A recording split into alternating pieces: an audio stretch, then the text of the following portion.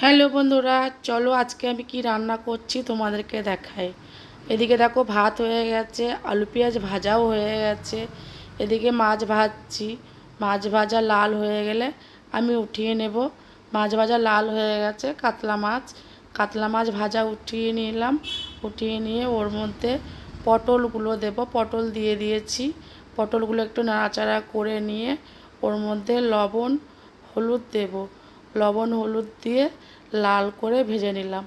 লবণ হলুদও দিয়ে দিলাম। আমার পটলগুলো লাল করে ভাজাও হয়ে গেছে। এইবার আমি পটলগুলো উঠিয়ে নিলাম। পটলগুলো উঠিয়ে নেওয়ার পরে ওই তেলের মধ্যে চিংড়ি মাছগুলো দিলাম। চিংড়ি মাছগুলো লাল করে ভেজে নেব। চিংড়ি মাছগুলো লাল হয়ে গেছে, চিংড়ি মাছগুলো উঠিয়ে নিলাম। চিংড়ি মাছ উঠানোর পরে ওই তেলের মধ্যে শুকনো লঙ্কা, জিরা, তেজপাতা দিলাম। দেওয়ার পর ওটাকেও নাড়াচাড়া করে লাল করে নিলাম। একটু লাল করে নেওয়ার পর আলুগুলো দিয়ে দিলাম। আলুগুলো লাল হয়ে গেলে ওর মধ্যে মশলা দেব। আলুগুলো দেখো লালও হয়ে গেছে।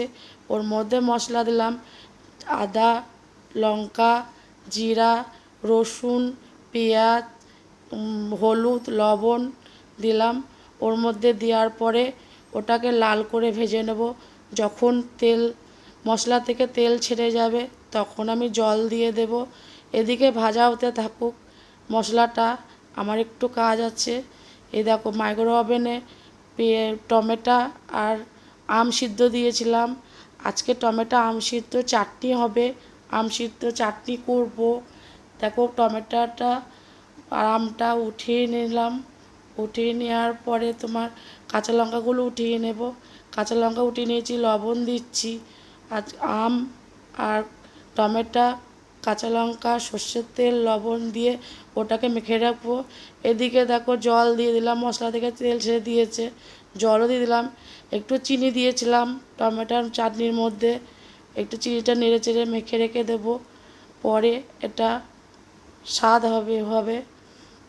দেখো আমার ঝোলও ফুটে গেছে।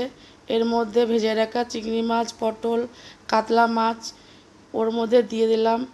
এটা কিছুক্ষণ ফুটবে, আলুগুলো সিদ্ধ হয়ে যাবে। সব যখন সবজি সিদ্ধ হয়ে যাবে 5 মিনিট আমি ঢেকে রাখলাম। 5 মিনিট ঢেকে রাখার পরে সিদ্ধ হয়ে গেলে 5 মিনিট পরে খোলার পরে এবার ধনিয়া পাতা দিই। ধনিয়া পাতা দিয়ে একটু নাড়াচাড়া করে নেব। একটু নাড়াচাড়া করে নেওয়ার পরে ওটাকেও আবার 2 মিনিট ঢেকে দেব। 2 মিনিট ঢেকে দেওয়ার পরে ওটা কিছুক্ষণ হওয়ার পরে দেখো আমি ঢেকে দিয়েছি, 2 মিনিট হয়ে গেছে। এবার আমি গ্যাসটা বন্ধ করে দিলাম। বরের ভাতও রেডি করলাম, বরকে খেতে দেবো। এবার চলো বরকে খেতে দিলাম। বর এবার খাওয়া শুরু করবে। দেখো বর খাচ্ছে আর আমি এদিকে ভিডিও করছি।